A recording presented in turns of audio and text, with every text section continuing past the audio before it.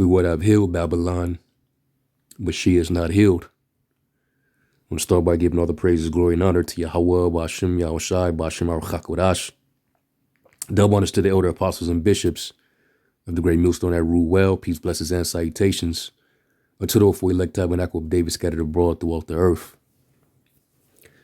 Black Friday, does it still matter? And this is from Fox 10 Phoenix. And, you know, things have changed when you don't see the usual traffic of people bum rushing these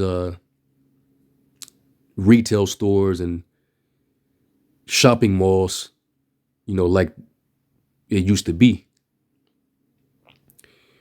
Well, what's happening is Babylon is down bad. They're in a dire economic situation. So a lot of people are starting to count the cost. Now that a lot of people are in credit card debt, a lot of people who are tapping into their savings accounts and their savings is dwindling. And of course, the stubborn inflation, the cost of everything being high. So even though this is supposed to be a day of sales, things going on a discount, people are still, being careful, because right now it's pretty harsh. With a lot of homelessness, a lot of evictions, a lot of banks, melting down, people not receiving their deposits. So it's like, why would you even want or even consider going to spend whatever money you do have on something that's not valuable? But this is America, and America is all about, consumerism. All right. It's about, material, tangible possession and consumerism. And this is a capitalistic society. This is really set up for the corporate retail businesses to make all the money. And it's the reason why a lot of them are online. You're going to do more shopping online than you do in person. So that shows you that there's a big change. But anyway, let me play this news clip, and then we'll get some precepts. And in previous years, people would be setting alarms tonight to wake up nice and early for Black Friday deals tomorrow. But nowadays, there's not too much camping going on outside the store to get in first. But that doesn't mean people won't be out shopping tomorrow in force. Fox 10's Lauren Clark joins us live now to explain. Lauren. Hey there, Christina. Yeah, you can take a look at this parking lot. It's completely abandoned at this Target. 5-10 years ago, a lot of people would be out here already getting ready for those morning big deals. Now, Black Friday is still expected to be the largest shopping day of the year. The National Retailers Federation does expect around 130 people will be shopping both in person and online. But the habits surrounding Black Friday shopping have definitely changed throughout the years. It used to be a holiday staple. Probably have 780 people in line outside. Large winding lines. Did have a big tent out here, and we had a heater in there. And a flood of shoppers eager to get their hands on the biggest deals. But now, it's Thanksgiving evening, the start of Black Friday. 5, 10, 20 years ago, this parking lot right here would be absolutely stuffed, full of people ready to go inside to get the best deals possible. But tonight, if you look around, it's abandoned. It used to be that it was like a free-for-all, right? And now, look, it's empty. John says he's noticed a change in the past few years. So has Brian, who several years ago would be standing in line this very evening. When TVs first came out, the 720p, but that was 2006, 2008. But now, he does all of his holiday shopping from his computer. I can get whatever I want have it delivered when I want. And while many stores had closed their doors as consumer shopping habits evolve, some businesses remained open as a holiday tradition. For me, I've always done it on Thanksgiving with my family. As movie theaters remained open for business. See the scary Thanksgiving movie? Since it's Thanksgiving. And retailers are still looking to score big, though. In fact, industry experts are expecting around $9 billion total in sales over November and December. Reporting live here in Phoenix, Lauren Clark. Yeah, because you're still going to have, these dumb Americans that know that they're not in the boat to be spending, but they, I love my children, I love my family. I want to be able to have, make sure they get something on Christmas, so they're going to buy something any damn way. Knowing damn well that you hurting right now, you catching hell. But, you see the difference. They're online shopping has replaced, indoor shopping. And then a lot of people are not spending as much as they used to. All right. So what does that tell you? Let me get real quick. Ecclesiastes 7 and 14. And it says, in the day of prosperity, be joyful, but in the day of adversity, consider. The Most High have set the one over against the other, to the end that man should find nothing after him. And basically, what does that mean? Let's go to the NLT. It says, enjoy prosperity while you can. And, pre-2020, everybody was prosperous. Everybody was proud. All right. After 2020, things changed. And the elite, they pretty much pulled the world's biggest heist in the history of the world and got all his wealth. They shut everything down. And all you could do was just, purchase from retail, from corporate retail. And that's how, Amazon and, them different, Walmart, they was all getting stupid rich. They went from billionaires to damn near trillionaires. And now, they're still prospering, but the people are hurting even more. They was making all this money and you was sitting down on a $1,200 stimulus check. And then a lot of people wasn't working. People had to ease back into the workforce. But then a lot of people lately been getting laid off because a lot of companies been shutting down.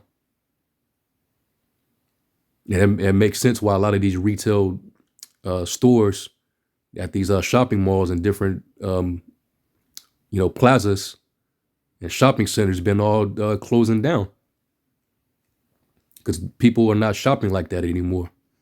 It says, enjoy prosperity while you can, but when hard times strike, realize that both come from the Most High. Remember that nothing is certain in this life. And the Lord is the one who's bringing in the hard times. And we are in hard times right now. We're in the beginning of sorrows. But you got wars, rumors of wars. You got famine, pestilence, earthquakes in diverse places, troubles. And that inflation is kicking everybody's ass, man. You rather just pay all the bills than to, go without a particular bill or two just so that you can buy a damn flat screen. Nah, that's where we at right now. All right. And especially here in Babylon, that's known for its, luxury, its decadence, its riches. Well, now Babylon is she's in dire straits. Jeremiah 50. It's like 51. in verse 9. And it says, we would have healed Babylon, but she is not healed. Forsake her and let us go everyone into his own country, for her judgment reacheth unto heaven and is lifted up even to the skies. And she's not going to get healed. Things are going to just get worse. Economically, morally. We got the love of many waxing cold. It's just basically it's not the same anymore. The good old days of Babylon, that shit is out. And it's only going to get worse and worse. And let me get Nahum 3 and 19. And let me get this in the NASB. It says, there is no relief for your collapse. Your wound is incurable. All who hear about you will clap their hands over you. For upon whom has your evil not come continually? I mean, that's the spread of the wine of Babylon. It's nothing but wickedness.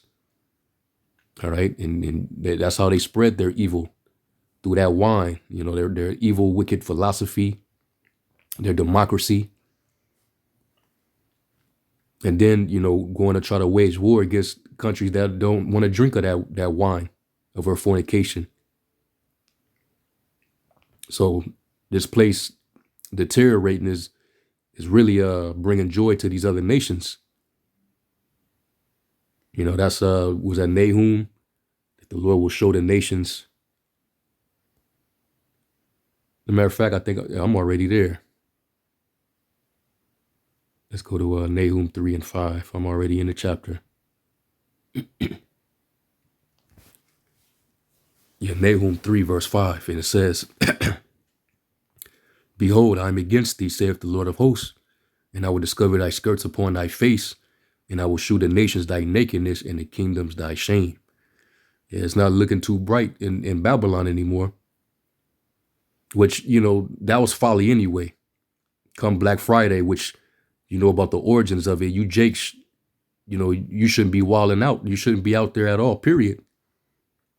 I understand you want to, there's the time to get something on sale, but at the same time, understand what this so-called day represents. Just like Thanksgiving. Neither of those should be celebrated, but it's due to that covetous nature. All right, people coveting and wanting things, desiring certain particular things. And that's why it'll get to the point where these people will even fight each other. They used to be out there getting into brawls. It'd be stampedes. That shit used to be crazy, man. But that was nothing but straight up folly. Folly is set in great dignity here in Babylon. But at least you don't get to see that no more, because the Lord is bringing those hardships. He's bringing hard times to this place. So people are no longer in that spirit anymore. Now, matter of fact, let me go to Colossians 3.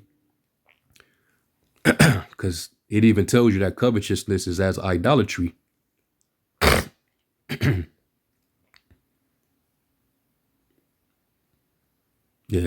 Colossians 3 and 5, it says, mortify therefore your members which are upon the earth, fornication, uncleanness, inordinate affection, evil concupiscence, and covetousness, which is idolatry.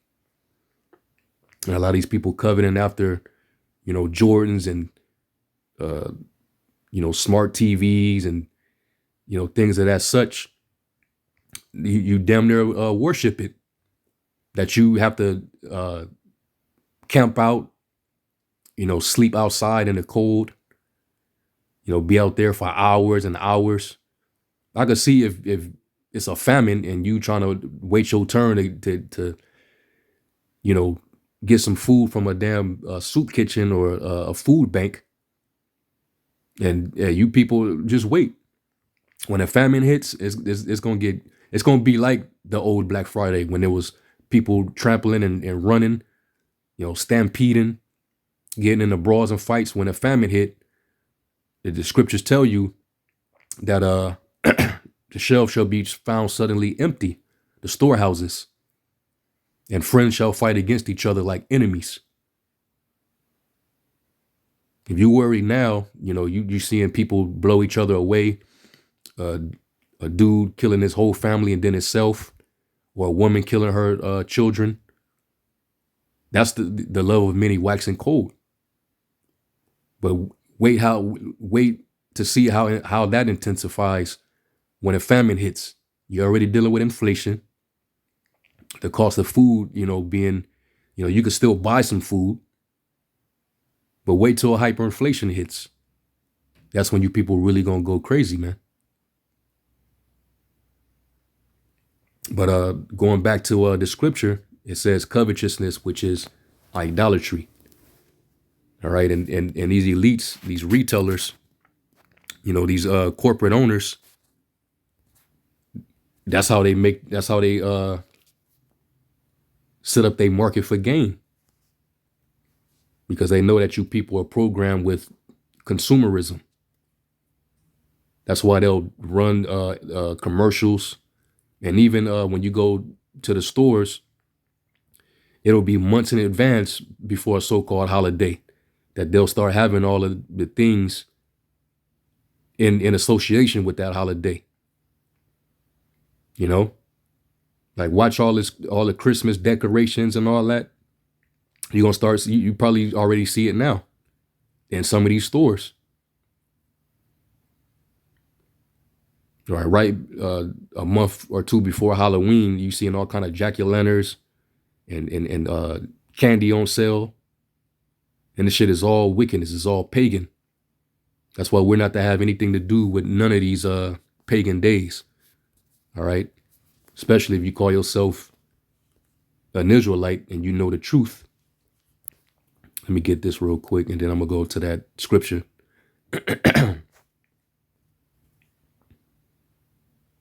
Yeah, 1 Corinthians 10:20 says, "But I say that the things which the Gentiles sacrifice, they sacrifice to devils and not to the Most High." All right, including thanks taken. That's like a ritual commemoration of slaughtering the natives. You're not sacrificing to the Most High, and then you got abomination in your damn oven, and that baked ham, and you got the nerve to try to pray over it. You sacrificing to a demon and not the Most High. It says, "And would not that you should have fellowship with devils." You cannot drink the cup of the Lord in the cup of devils. You cannot be partakers of the Lord's table and of the table of devils. So basically, you can't have one foot in the truth and one foot in the world. All right.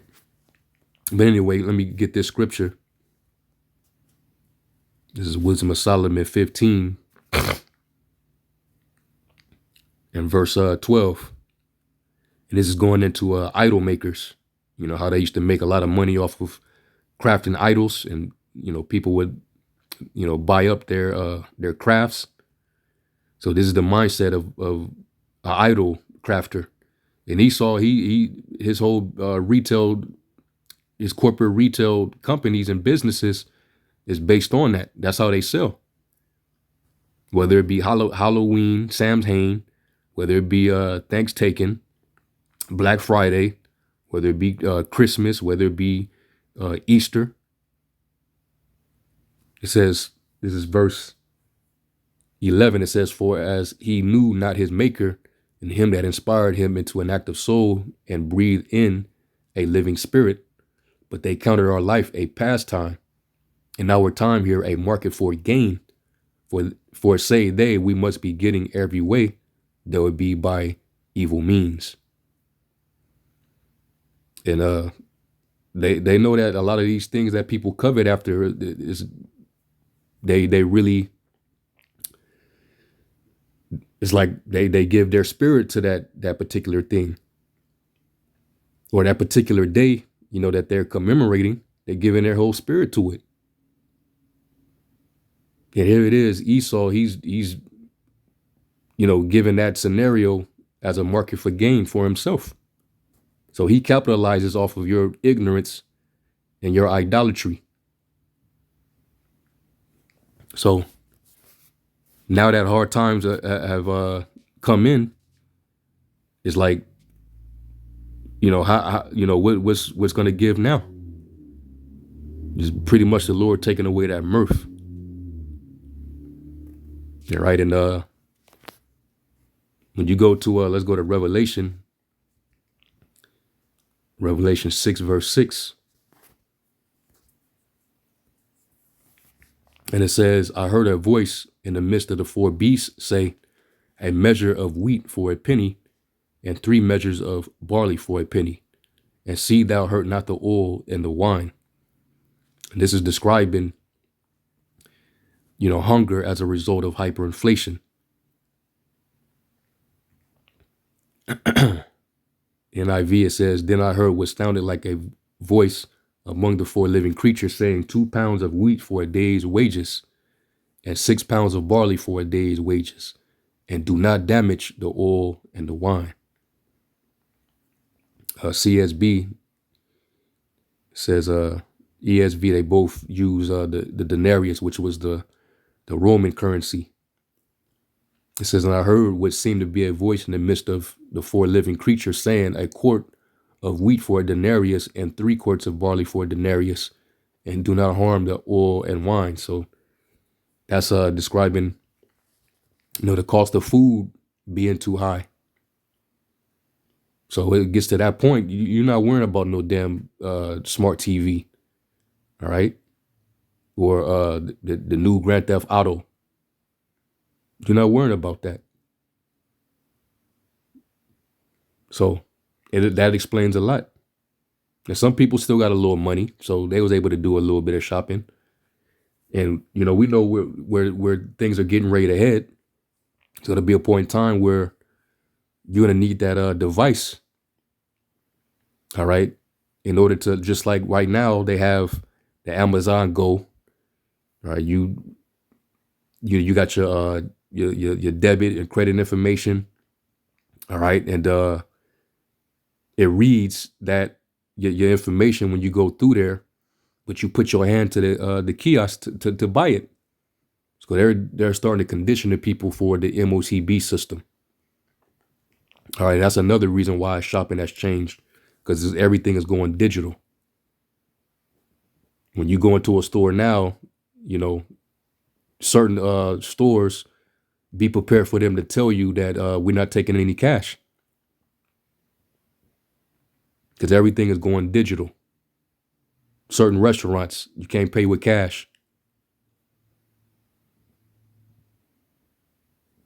So you see that right now is online shopping, and pretty soon you're gonna have to have that mark. And dudes can't say that we didn't warn. Then shall it be known that prophets have been among you. So that's pretty much on that. And like the scriptures say in Sirach 11, there's a forgetfulness of prosperity in the day of affliction. In the good old days when you would just go and stock up on a bunch of shit. And, come Christmas Day, you got all those presents up under that damn pagan ass tree, under that Nimrod's tree. But you talk to Jake, and Jake like, man, I ain't really into that anymore like that. Like, I'm not putting up no tree in my house. And if I want to buy my children something, I'll buy something for them any point of the year. So it's getting to that point, man. So, yeah, Lord willing, this was edifying. Let me give all praise to Yahweh Shem Shai. To the next lesson, Shalom.